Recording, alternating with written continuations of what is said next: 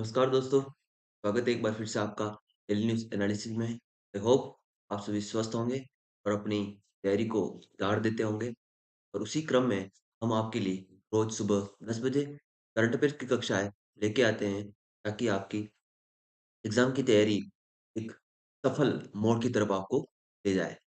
शुरू करते हैं आज का डीएनए, जहाँ पहली न्यूज़ की हम बात करेंगे। पहली न्यूज़ है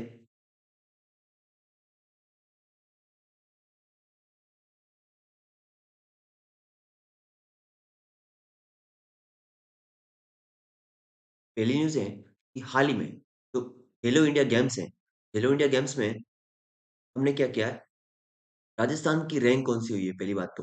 राजस्थान ने कौन-सी रैंक अचीव की है, ये आपको पता होना चाहिए। तो राजस्थान की जो रैंक रही, खेलो इंडिया का 5वां जो संस्करण हुआ हाल ही में, उसमें रैंक रही राजस्थान की 4थी। राजस्थान की रैंक कौन-सी रही? 4थी। साथ ही ये भी देख लें कि महाराष्ट्र प्रथम स्थान पे रहा है।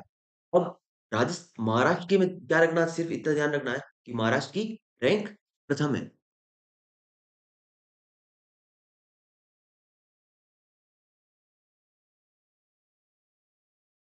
इतना ध्यान रखना है कि महाराष्ट्र पहले स्थान पर है, पहली बात तो ये रखनी है ध्यान। महाराष्ट्र की फर्स्ट रैंक है। दूसरी बात ये ध्यान रखनी है, इसमें राजस्थान ने जो अवार्ड्स प्राप्त किए हैं, वो कितने-कितने हैं? 19 तो गोल्ड मिले हैं राजस्थान को, साथ ही 10 जो हैं सिल्वर मिले हैं और 19 ब्रॉन्ज मिले हैं।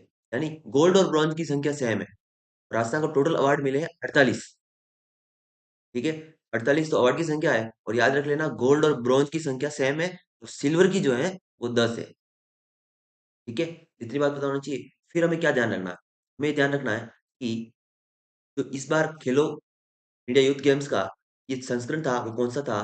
तो 5वां संस्करण था, पहली बात। और दूसरी बात, इसका जो आयोजन स्थल है, वो है मध्य प्रदेश, एमपी, ठीक है?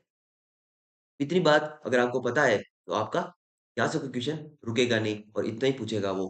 फर्स्ट रैंक महाराष्ट्र की है, सेकंड हरियाणा की है, थर्ड एमपी की, खुद जो जहाँ आयोजन हुआ उसकी थर्ड है और फोर्थ हमारी है राजस्थान वालों की, ठीक है?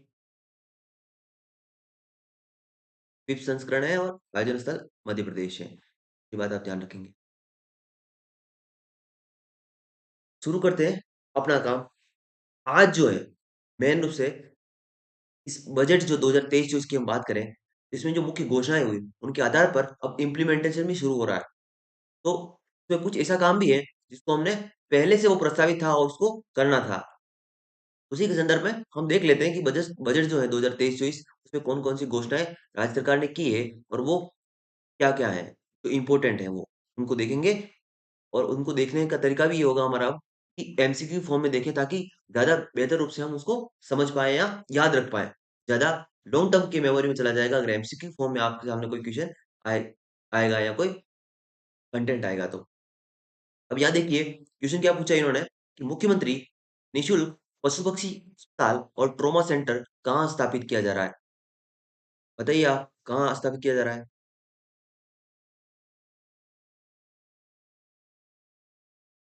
ठीक है, तो ऑप्शन है उदयपुर, जोधपुर, कोटा और बारां। इसका सही जवाब होगा 12।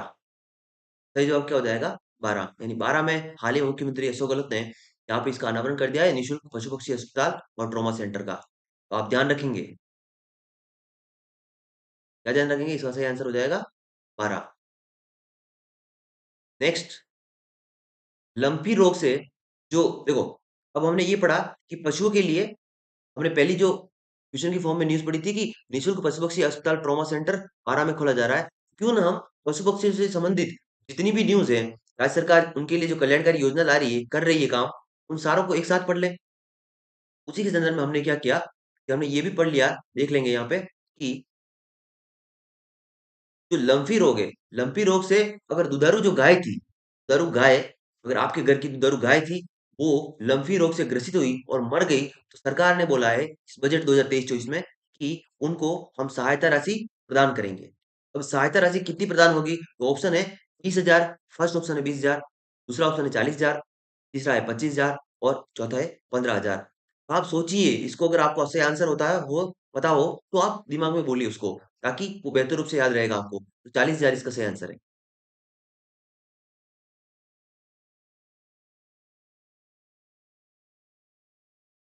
वहीं दूसरी बात ये है कि मुख्यमंत्री कामधेनु बीमा योजना के तहत प्रति परिवार कितने पशुओं को कवर किया जाएगा? ये आपको शायद नहीं पता हो, किसी को नहीं पता होगा, मुझे पता है। मुख्यमंत्री कामधेनु बीमा योजना के तहत प्रति परिवार कितने पशुओं को कवर करने का प्रावधान है बजट 2023 और 24 के अनुसार। तो यहाँ पे क्या आप क्या बताओगे, इसका सही आंसर क्या होगा? एक पशु, दो पशु, एक पशु, दो पशु, तीन पशु या सभी पशु? इसका सही आंसर हो जाएगा दो पशु। दो पशु को, प्रति परिवार दो पशु को शामिल किया जाएगा इसमें, और उसको जो बीमा प्रदान किया जाएगा। बीमा, अब एक और क्वेश्चन क्रिएट हो जाता है, तो फिर भैया बीमा की राशि कितनी होगी प्रति पशु? तो प्रति पशु आपको ध्यान रखना है, बीमा की राशि हो जाएगी 40,000 रुपए। गौर करेंगे इस पॉइंट पे, और इंपॉर्टेंट है, महत्वपूर्ण है एग्जाम के दृष्टिकोण से। 40,000 रुपए प्रति पशु किया जाएगा। और साथ ही राज्य सरकार ने ये भी बोला है कि पशुओं को निःशुल्क टीकाकरण और गौशाला और नंदीशालाओं की स्थापना होगा। तो निःशुल्क टीकाकरण भी करवाया जाएगा पशुओं का, साथ ही गौशालाओं का निर्माण करेगी सरकार, नंदीशालाओं का निर्माण करेगी बजट 2023-24 की घोषणा के अनुसार। नेक्स्ट न्यूज़ क्या है? Rajiv Gandhi scholarship for academic excellence योजना के तहत लाभान्वित बच्चों की संख्या कितनी होगी? यानी जो भारत से प्रतिभाशाली लोग हैं, यानी मैं कहूँ कि मेरे ग्रेजुएशन में मैं मतलब स्टेट लेवल या फिर डिस्ट्रिक्ट लेवल टॉपर था, और अब मैं जाना चाहता हूँ कहाँ पे, फॉरेन की मैं स्टडी के लिए। उसमें मेरी परिवार की स्थिति नहीं है कि मेरा परिवार मुझे विदेश में पढ़ा सकेगा। तो सरकार ने इसका बेड़ा उठा लिया, और सरकार ने बोला अगर आप एक्सीलेंस हो, अगर आप एक्सीलेंस वाली कंडीशन में हो, तो हम क्या करेंगे, स्कॉलरशिप देंगे आपको, स्कॉलरशिप फॉर एकेडमिक एक्सीलेंस। इसके तहत जो लाभान्वित बच्चों की संख्या है वो कितने हैं, तो स्टेट वाइज जो टॉप 500 लोग होंगे वो इसमें शामिल हो जाएंगे। तो ये पहले जो संख्या थी, पहले कितनी थी और अब कितनी हो गई है? अब जो हो गई वो ध्यान रखना आपको, 500। 500, ठीक है। बजट 2023-24 में और कुछ घोषणाएं हुई है, तो उन घोषणाओं को हम देख लेते हैं। बहुत ही इंपॉर्टेंट है, मैं कह रहा हूँ ये क्लास इतनी एनरिच्ड है ना, इतनी कंटेंट इसका भरमार उन्होंने की है ना, इसमें डाला है, तो ये है कि इससे बाहर तो जा ही नहीं सकता। जैसे सलीम दुर्रानी आवासीय स्पोर्ट्स स्कूल की स्थापना किस स्तर पर की जाएगी? पहली बात, सलीम दुर्रानी आवासीय स्पोर्ट्स स्कूल की स्थापना की घोषणा की है बजट में। तो उसकी स्थापना राज्य स्तर पे की जा रही है, जिला पे की जा रही है, संभाग पे की जा रही है, या फिर पंचायत पे की जा रही है? तो इसका सही जवाब क्या होगा, सोचिए आप। राज्य, जिला, संभाग, पंचायत, सही आंसर हो जाएगा इसका संभाग स्तर। ठीक है, ओके। साथ ही जब हम खेलों की बात करने करने पे आ गए ना, मैंने पहले ही बताया आपको, जब मैंने आपको 12 का जो ट्रॉमा सेंटर और एक जो पशु पक्षी चिकित्सालय की स्थापना की बात की, तो मैंने कहा कि उन पशु संबंधित जितनी भी जानकारी वहां हम ले लें। साथ ही हम अब जब खेल की बात कर रहे हैं, सलीम दुरानी आवासीय स्पोर्ट्स स्कूल की बात की हमने, संभाग इस तरफ बनने वाले हैं, तो मैं क्यों ना खेल की सारी जानकारी ले लूं यहाँ पे। तो वो एक ज्यादा बेहतर रूप से आपके साथ कोऑर्डिनेट हो पाएगा, और आप नोट्स भी फॉर्म में होगा, मैं इसकी पीडीएफ भी प्रोवाइड करा दूंगा अगर आप चाहेंगे तो। तो इसमें ये रहेगा कि आप एक साथ आपको कंबाइंड मिल जाएगा मटेरियल, ठीक है। मेजर ध्यानचंद खेल स्टेडियम का निर्माण किस स्तर पर किया जाएगा? आप जो सलीम दुर्रानी संभाग स्तर पर किया जा रहा है स्पोर्ट स्टेडियम, ठीक है, सॉरी, स्कूल, ठीक है, स्पोर्ट्स स्कूल है वो। और अब हम बात करें कि मेजर ध्यानचंद जो खेल स्टेडियम स्थापित हो रहे हैं वो किस स्तर पर हो रहे हैं, तो पंचायत, ब्लॉक, तहसील या फिर जिला? इसका आंसर भी आप सोचिए, इसका आंसर सोचिए, बहुत ही इंपॉर्टेंट है एग्जाम के लिए, बहुत ही इंपॉर्टेंट पूछेगा, 100% पूछेगा। इसका सही आंसर हो जाएगा ब्लॉक लेवल पर स्थापित किए जा रहे हैं। तीसरा, जो विवेकानंद यूथ हॉस्टल है, विवेकानंद यूथ हॉस्टल, उनकी स्थापना, देखो हमने दो तीन बात कर ली, एक ब्लॉक, एक हमने बात की संभाग, और अब हम बात कर लेते हैं जो विवेकानंद यूथ हॉस्टल है, विवेकानंद यूथ हॉस्टल्स, उनकी स्थापना कहाँ पर हो रही है? तो जिला मुख्यालय पर हो रही है, एक ही जानकारी होनी चाहिए। और इसका संबंध खेल से नहीं है, प्रतियोगिता परीक्षा की तैयारी हेतु जो बच्चे अपने घर से बाहर निकलते हैं, राज्य में किसी भी जिले में जाते हैं, रहते हैं, तो वहां उनको एक आवासीय सुरक्षा मिलनी चाहिए। और राज्य सरकार अगर प्रदान कर दे तो इससे बेहतर क्या हो सकता है, ताकि आर्थिक रूप से जो सक्षम लोग हैं उनको सहायता प्रदान हो जाएगी, और अपने बेहतर भविष्य की दिशा में अग्रसर हो पाएंगे।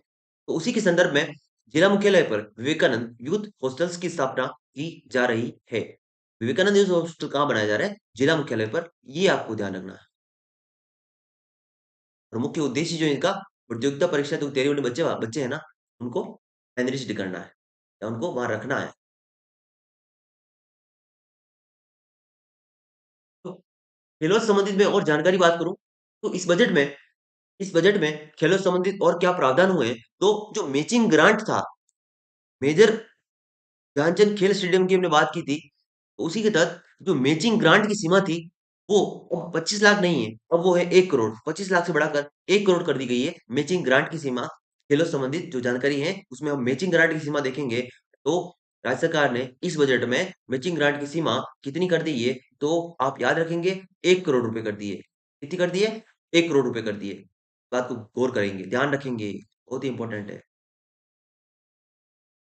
खेल स्टेडियम्स और खेल अकादमी की स्थापना की जाएगी। इस बजट में खेल स्टेडियम और खेल अकादमी प्रस्तावित है। तो कहाँ-कहाँ ये सबसे इंपॉर्टेंट एग्जाम है, और इसमें से कोई न कोई एक उठा के, एक स्थान उठा के पूछेगा आपको, और आपको 100% वो क्वेश्चन नहीं हो पाएगा क्योंकि वो कोई पढ़ाता ही नहीं है।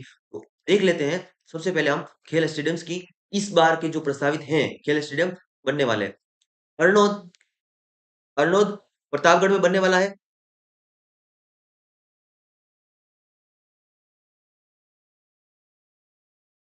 हरनौत प्रतापगढ़ में बनने वाला है। साथ ही कठूमर, थानागाजी, कोट कासिम, अलवर। अलवर में बनने वाला है। अलवर में 3-4 स्थान है। कठुमर हो गया, थानागाजी हो गया, कोट कासिम हो गया, ये अलवर में। हरनौत प्रतापगढ़ में। कुशलगढ़ बांसवाड़ा में बनेगा। याद रखना। अटरू अटरू बारां में बनेगा। तेई तेई बूंदी बूंदी में बनने वाला है। नदबई नदबई भरतपुर भरतपुर में बनने वाला है। सरदार शहर चूरू में बनेगा। मंडावरा महुआ महुआ दौसा में बनेगा। ठीक है। पहाड़ी बसेड़ी पहाड़ी बसेड़ी सेपो और राजाखेड़ा धौलपुर में। इसको याद रखना। इसको याद रखना। इसको याद रखना।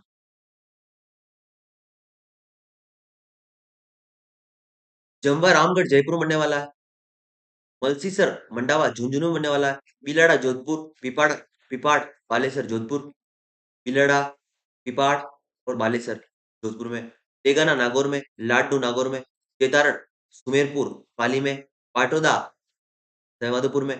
दाता रामगढ़ सीकर में। रानीवाड़ा जालोर में। जोथरीपाल डूंगरपुर में। सिवाना बाड़मेर में। इतने जो स्टेडियम्स हैं, इसकी आप क्या करना, मैं पीडीएफ प्रोवाइड करा दूंगा, तो ये आप रट लेना, रट्टा मार लेना इसको, कहाँ कहाँ बनने वाले हैं। ठीक है।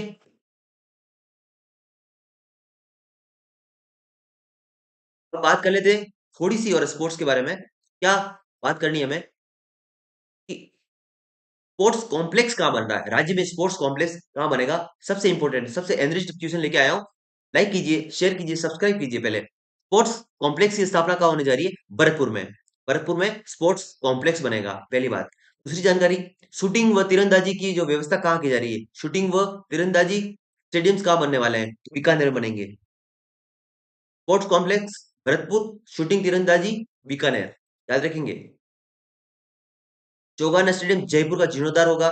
साथ ही हम बात करेंगे यहाँ पे कि जो मल्टीपर्पज इंडोर हॉल है, मल्टीपर्पज इंडोर हॉल की स्थापना धौलपुर में होगी, जालोर में होगी और नागौर में होगी। मल्टीपर्पज इंडोर हॉल्स का निर्माण धौलपुर, जालोर और नागौर में होने वाला है। इस बजट में खेलों से संबंधित जितने भी प्रावधान थे, वो सारे हम बात कर लिए, और ये ऑफिशियल बजट का जो डॉक्यूमेंट आता पूरा, ठीक है, उससे लिया गया है। बस ये है कि उसमें कचरा बहुत होता है, उसको पढ़ना आसान काम नहीं होता, तो थोड़ी सी वहां दिक्कत रहती है, जिसके आपको यहाँ से देखो, कंटेंट में एक बार विश्वास जरूरी होता है। एक टीचर का, एक बच्चों और टीचर में कोऑर्डिनेशन, यही चीज, इस चीज का होता है कि आपस में जो एक समन्वय, कोऑर्डिनेशन और विश्वास की बात होती है, तो विश्वास जरूरी है। एक बार विश्वास करके देखना पड़ेगा आपको कि ये चीजें हैं, और इसको आप पढ़ें। तो खेल और स्थान की बात करूं मैं, तो देखो, फुटबॉल एकेडमी की स्थापना हो रही है सीकर में और बांसवाड़ा में। ठीक है। ये भी ध्यान रखना आपको। इससे पहले हमने क्या पढ़ लिया है? इससे पहले हमने क्या पढ़ा है कि जैसे हमने पढ़ा, स्पोर्ट्स कॉम्प्लेक्स बन रहा भरतपुर में, शूटिंग तीरंदाजी की व्यवस्था हो रही है बीकानेर में। और अब हम जो पढ़ देख रहे हैं, वो देख रहे हैं कि फुटबॉल एकेडमी की स्थापना हो रही है सीकर और बांसवाड़ा में। साइकिलिंग, याद रखना, साइकिलिंग वाला याद रखना, बीकानेर में। कुश्ती याद रखना, Bhilwara. Academy Bhilwara, cycling academy Bikaner, football academy Sikar, Sikar और बांसवाड़ा। एथलेटिक्स याद रखना, राजगढ़ चूरू। बास्केटबॉल बाड़मेर और सीकर में। आई होप न्यूज आपको समझ में आती होगी, और इसको सिर्फ देखना है, विजुलाइज करना है, और साथ में रीड आउट करना है, और इसका रिवीजन करना बार बार, तो याद हो जाएगा, और एग्जाम में 101% यहाँ से क्वेश्चन आने ही है। अब मैं क्या करूंगा, मेरी एक और रणनीति है। ये डेली करंट तो चल ही रहा है, और जैसे ये क्या हुआ है कि अकॉर्डिंग टू हम सूझे चलते हैं, रास्ता पत्रिका और दैनिक भास्कर मैंने बता रखा, मेंशन कर रखा है, तो उसके अकॉर्डिंग क्या करते हैं हम, कि डेली जो न्यूज लाते हैं ना, एक तो सारी जितनी भी न्यूज होगी, जो न्यूज अभी न्यूज में है, वो लेते हैं, लेकिन उससे संबंधित अगर कोई बैकग्राउंड है, उसका स्टेटिक उसका कोई पोर्शन है, जैसे खेल की आज कोई न्यूज थी, ठीक है, तो मैंने उसका खेल का सारा वो पोर्शन ले लिया। 12 वाली न्यूज थी, जो पशु पक्षी चिकित्सालय वाला, तो मैंने उसके सारा न्यूज ले लिया। ऐसे कवर करते रहेंगे, और साथ में एक हम और शुरू कर देंगे अलग से, जहां विभागवार, यानी राजस्थान के जितने भी विभाग हैं, उन विभाग की सारी योजनाओं को हम अगर कवर कर लें, तो फिर कुछ भी नहीं बचता। समझ रहे आप? बात कर ले synthetic athletics track. Synthetic athletics track की स्थापना संभागीय मुख्यालयों पर की जा रही है। वो कहाँ-कहाँ की जा रही है? तो बच्चे उन पे की जा रही है, तो कहाँ-कहाँ की जाएगी? इस बात की बात गौर करेंगे आप इसको। सिंथेटिक एथलेटिक्स ट्रैक की स्थापना अजमेर, बीकानेर, भरतपुर और जोधपुर संभाग पर की जाएगी, संभागीय मुख्यालय पर। पहली बात तो ये है। संभागीय मुख्यालय अजमेर, बीकानेर, भरतपुर और जोधपुर। इसकी ट्रिक ये है कि इसको याद रखना, जेब, जे मतलब जोधपुर, ए मतलब अजमेर, बी मतलब बीकानेर और भरतपुर। ठीक है?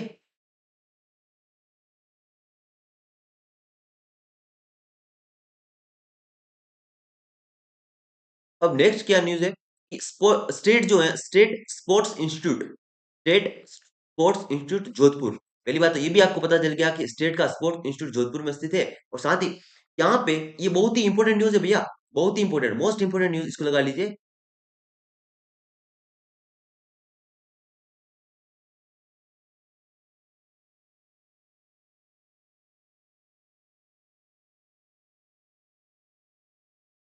ऑल वेदर स्विमिंग पूल का निर्माण कहाँ किया जा रहा है? जोधपुर में। ऑल वेदर स्विमिंग पूल का निर्माण जोधपुर में होने वाला है। ठीक है? साथ ही राजस्थान में इंटरनेशनल एक्सपो का आयोजन कहाँ होने वाला है? तो ये मैंने आपको पहले पढ़ा दिया, लेकिन मैं वापस आपको रिवाइज करा रहा हूँ, क्योंकि अब इसका टाइम आया है, तब तैयारियां शुरू हो गई है। तो एक क्वेश्चन की फॉर्म में भी हो गया, और एक आपके रिकॉल भी हो जाएगा कि कहाँ मैंने पढ़ाया था। अगर आपको याद है तो आप बता देंगे कि राजस्थान में इंटरनेशनल एक्सपो का आयोजन कहाँ होने वाला है, तो जोधपुर में होने वाला है। सही आंसर हो जाएगा जोधपुर। और इसका जो आयोजन होगा 20 से 22 मार्च तक होगा। एक चीज देखते हैं, बहुत ही इंपॉर्टेंट न्यूज़ है एग्जाम के दृष्टिकोण से। मैं जिसको मोस्ट इंपोर्टेंट लगा रहा हूँ ना, वो तो कभी भूलना ही नहीं है, रात को भी याद करना, नींद में भी इसको बोलना है, बड़बड़ाना नींद में, कि हाल ही में rare earth metal, rare earth metal क्या होता है? पहली बात तो देखो, रेयर अर्थ मेटल जो है ना, इसके बारे में थोड़ी सी जानकारी अगर आपको पता हो तो अच्छा रहेगा क्या।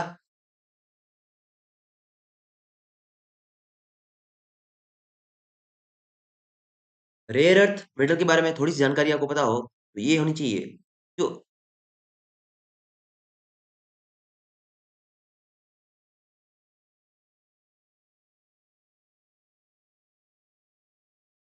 रेयर अर्थ मेटल मेटल है ना, इसका 95% जो है पूरे वर्ल्ड में, वो चीन का अधिकार है। और इसका जो यूज है, यूज क्या है इसका, अगर यूज की हम बात करें, यूज क्या है, कैंसर के रोग में भी ये यूज होते हैं। साथ ही पेट्री, तो इसका मतलब क्या, और जो मतलब अपन कह सकते हैं ना, जो महंगी से महंगी चीज बनती है वो इससे बनती है, तो इसका मतलब इसकी इकोनॉमिक वैल्यू जो है, इकोनॉमिक वैल्यू जो है वो बहुत ज्यादा है। इकोनॉमिक वैल्यू बहुत ज्यादा है, इसका मतलब ये, अगर हमें ये मिल जाए तो हमें हमारा फायदा क्या होगा, हमारा यही फायदा होगा ना, कि हमारी जो राज्य की इकोनॉमिक वैल्यू है वो बढ़ जाएगी, हमें ज्यादा रेवेन्यू मिलेगा। 95% तो चाइना के पास है, और चाइना इससे पूरी दुनिया दुनिया पे राज कर रहा है।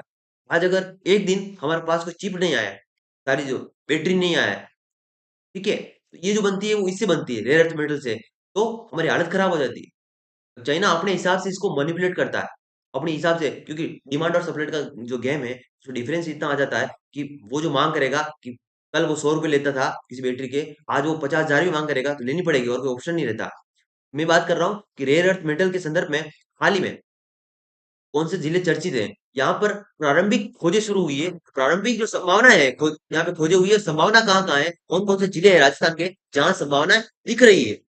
तो बताना आपको कि एक तो आपको बता देना यहाँ पे बाड़मेर, जालौर, पाली और उदयपुर, चारों जिले आप इंक्लूड कर लेंगे इसमें प्रारंभिक संभावनाओं में। ठीक है, तो रेयर अर्थ मेटल के संदर्भ में कौन से जिले चर्चित हैं? बाड़मेर, जालौर, पाली और उदयपुर, चारों चारों शामिल है उसमें। बहुत ही इंपोर्टेंट न्यूज है ये। अब बात करें, ये आपको पता होना चाहिए, ये क्वेश्चन जो है इसका आंसर आपको पता होना चाहिए। कालीबाई भील तथा देवनारायण योजना के तहत जो स्कूटियों की संख्या है बजट 2023-24 के अनुसार कितनी है? पहले कितनी थी, अभी कितनी हो गई? तो पहले मैं बता दूं आपको, पहले 20,000 थी, अब जो हो गई है, अब 30,000 हो गई।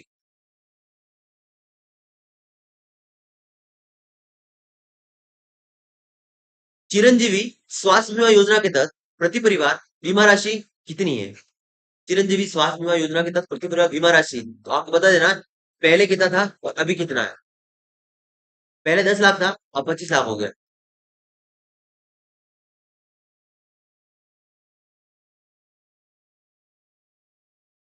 अब बात करें चिरंजीवी दुर्घटना बीमा योजना के तहत जो प्रस्तावित राशि है वो कितनी है?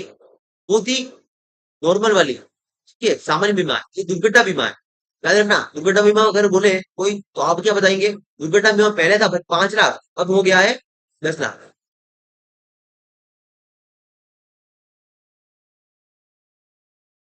अब आपके लिए एक और इम्पोर्टेंट चीज ये न्यूज ये है, जानकारी रखनी है आपको कि अगर आप किसी रेस्टोरेंट में जाते हो, होटल में जाते हो, रेस्टोरेंट में जाते हो, तो वहां पे पहले सर्विस टैक्स लगता था, सर्विस चार्ज लगता था। जैसे ये देखो, एक इंसान ने यहाँ पे पनीर मसाला लिया, होटल में गया, पनीर मसाला खाया बैठ के, 100 रुपए लगा, साथ ही उसने रोटी भी खाई होगी, तो रोटी के 50 रुपए हुए, तो मतलब 150 रुपए, साथ ही उन्होंने, तो दुकानदार ने मांगे 170 रुपए, तो फिर उसने पूछा मेरे तो 150 ही हुए, चपाती के 50, 100 मसाले के, तो भैया ने बोला, दुकानदार ने बोला सर्विस टैक्स लगा आपके 20 रुपए। तो राज्य सरकार ने क्या किया, अब आपको सर्विस टैक्स नहीं देना है, सेवा शुल्क और सर्विस चार्ज नहीं देना है। ये बात हो रही है, क्या बात हो रही है कि आपको सेवा शुल्क सर्विस चार्ज स्वैच्छिक है और वैकल्पिक है, देना या ना देना उपभोक्ता की इच्छा पर निर्भर है, ये ध्यान रखना।